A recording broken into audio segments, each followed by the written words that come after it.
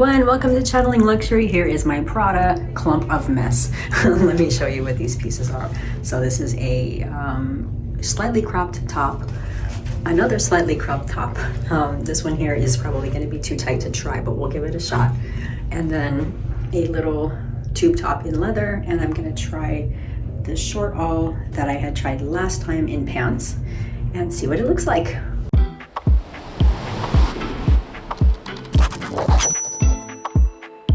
All right, first piece. I think this is so cute. Let me try to angle this down a little bit so you can all see. Sorry for my ugly shoes. I'm still post-op, but very cute in the back. This one's a thumbs up.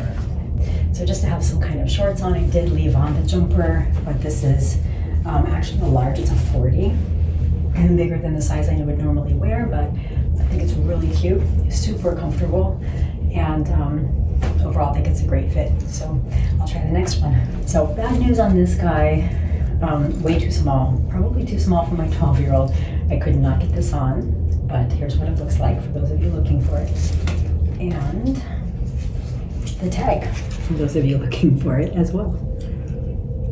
Same here, bad news, too small. This is a 36, very, very tight.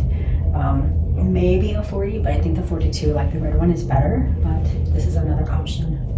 All right, so this is a 38. I cannot close it on the side. I think it could have been really cute. I would need to get like a 42, but I wanted to show you all what it looks like. And keep in mind that Prada is ones, you're gonna be wearing one size bigger than you are in Chanel, just generally speaking. So if you're a Chanel or Hermes fan, you're gonna have to go up a size. Too tight, but really cute. That's for my quick try on for Prada. Some of the pieces coming out for spring, summer.